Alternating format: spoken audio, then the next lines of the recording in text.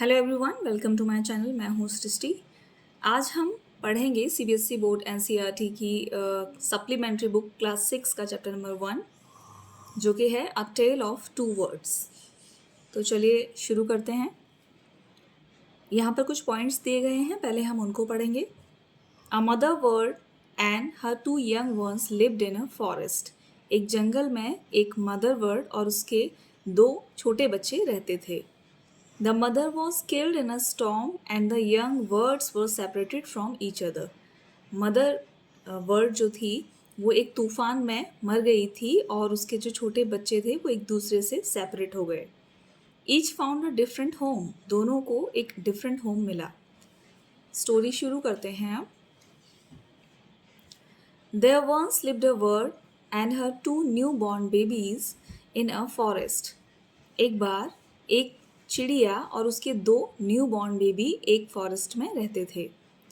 They had a nest in a tall, shady tree and there the mother bird took care of her little ones day and night.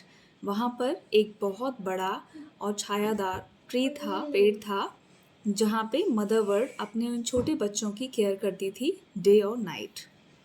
One day there was a big storm. एक दिन वहाँ पर एक बहुत बड़ा तूफान आया। There was thunder, lightning and rain. वहाँ पर शोर के साथ, आवाज़ के साथ बिजली चमक रही थी, बारिश हो रही थी। And the wind blew down many trees. और बहुत सारे पेड़ों से होकर तेज हवा चल रही थी।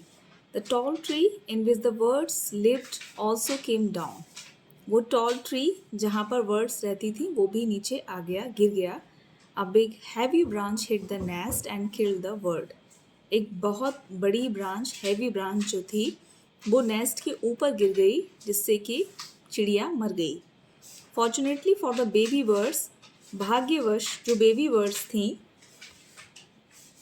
Strong wind blew them away to other side of the forest. तेज हवा ने दोनों को अदर साइड, एक दूसरे की अलग अलग साइड में जो है स्ट्रॉन्ग विंड ब्लू दैम उड़ा दिया फॉरेस्ट में। One of them came down near a cave where a gang of robbers lived. उनमें से एक जो चिड़िया थी वो एक गैंग ऑफ रॉबर्स जहाँ रहते थे, गुंडे चोर वगैरह जो रहते थे वहाँ पर आके गिरी। And the other landed outside a rishi's ashram a little distance away. और जो दूसरी चिड़िया थी वो कुछ ही दूरी पर एक ऋषि का आश्रम था, वहाँ पे जाके गिर गई। Days passed and the baby bird became big birds. कई दिन बीत गए और जो बच्चे थे बर्ड्स के वो आराम से एक बड़ी चिड़िया बन गए। One day the king of the country came to the forest to hunt. एक दिन एक राजा किसी देश का आया उस फॉरेस्ट में हंट यानी शिकार करने के लिए। He saw a deer. उसने एक हिरन देखा and rode after it. और उसके पीछे पीछे सवारी की। It ran deep into the forest followed by the king. वो बहुत तेजी से फॉरेस्ट के अंदर भागा और किंग ने उसे फॉलो किया। Soon the king lost his way and didn't know where he was. थोड़ी ही देर में जो राजा था उसने अपना रास्ता खो दिया, वो भूल गया कि अब वो कहाँ पे है, उसे पता नहीं था। He rode on for a long time till he came to the other side of the forest. बहुत देर तक सवारी करता रहा, चलता रहा और धीरे धीरे वो अदर साइड ऑफ फॉरेस्ट आ गया। वेरी टायर्ड बाय नाउ, अब तक बहुत थक चुका था वो।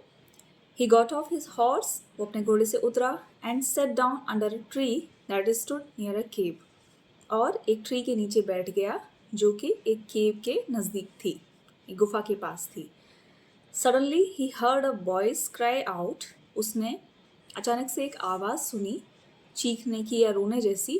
Quick hurry up, there is someone under the tree. जल्दी करो, कोई है ट्री के नीचे। Come and take his jewels and his horse. आओ और उसके गहने और उसका घोड़ा ले लो। हरी, जल्दी करो और else he will slip away, और नहीं तो वो भाग जाएगा। द किंग वॉज अमेज्ड, मतलब किंग को बहुत शौक लगा सुनकर। And he looked up and saw a big brown bird on a tree under which he was sitting. उसने ऊपर देखा तो वहाँ पर एक बिग ब्राउन बर्ड जो है ट्री के ऊपर बैठी हुई थी, जिसके नीचे वो खुद बैठा हुआ था। He quickly got on his horse and rode away as fast as he could. वो जल्दी से अपने घोड़े पर बैठ गया और फिर तेजी से उसने वहाँ से सवारी की अपने घोड़े से, वो जितनी जल्दी हो सकता था वहाँ से चला गया या भाग गया। ठीक है, इसके बाद हम नेक्स्ट पढ़ते हैं, कुछ पॉइंट्स हैं यहाँ पे, देख लेते हैं। The king was amaze to hear a similar voice again. King जो था वो वैसी ही आवाज़ को सुनकर शॉक्ड हुआ। He came to know the bird's true story, उसे वर्ड्स की असली जो ट्रू स्टोरी थी वो पता चली। ही मेड द ऋषि को explain the behaviour of each word, वो एक ऋषि से मिला जिसने एक्सप्लेन किया दोनों वर्ड्स के बिहेवियर को। ठीक है, तो आगे की स्टोरी पढ़ते हैं। Soon he came to a clearing which looked like an ashram. वो एक ऐसी जगह आया जहाँ पे जो एक आश्रम के जैसी दिख रही थी। It was a ऋषि's आश्रम, ये ऋषि का आश्रम था। The king tied his horse to a tree. राजा ने अपने घोड़ों को एक ट्री से बांधा and sat down in its shade, और उसकी छाया में वो बैठ गया। Suddenly he heard a gentle voice announce. अचानक से उसने एक प्यारी सी जेंटल सी आवाज़ सुनी। वेलकम टू द आश्रम, आपका स्वागत है आश्रम में। Sir please go inside and rest, please अंदर आइए सर और रेस्ट कीजिए। The rishi will be back soon, ऋषि जल्दी ही वापस आ जाएंगे। There is some cold water in the pot, घड़े में कुछ ठंडा पानी है। Please make yourself comfortable, अब आप मतलब आराम से बैठ जाइए, कंफर्टेबल हो जाइए। The king looked up and saw a big brown bird in the tree. राजा ने ऊपर देखा और देखा कि एक बड़ी ब्राउन चिड़िया वहाँ पर बैठी हुई थी। ही वॉज अमेज्ड, वो आश्चर्यचकित हुआ। This one looks like the other bird outside the cave, ये जो चिड़िया थी बिल्कुल वैसी ही थी जैसी कि उसने एक उस वाली केव के बाहर देखी थी। He said to himself loudly, उसने ये बात खुद से तेज आवाज में कही। You are right, sir, आप बिल्कुल सही कह रहे हैं sir. Answered the bird, bird ने ये आंसर किया। He is my brother, but he has made friends with robbers. वो मेरा भाई है, लेकिन उसके फ्रेंड्स रॉवर्स हैं, या उसने जिनसे दोस्ती की है वो रॉवर्स हैं। He now talks as they do, अब वो वैसे ही बोलता है जैसे वो बोलते हैं। He does not talk to me anymore, मुझसे अब वो बात नहीं करता है। Just then the Rishi entered the आश्रम, बस इतना ही था कि आश्रम में ऋषि की एंट्री हुई। ठीक है, तो अब हम आगे बढ़ते हैं। वेलकम सर, स्वागत है sir. He said to the king, उन्होंने राजा से कहा। Please come inside and make yourself at home, अंदर आ जाइए और इसे अपना घर ही समझिए। यू लुक टायर्ड, आप थके हुए दिख रहे हैं। रेस्ट फॉर अ वाइल, कुछ देर आराम कीजिए। Then you can share my food, उसके बाद मेरे साथ भोजन कीजिए या मेरे साथ भोजन ग्रहण कीजिए। The king, 1 minute.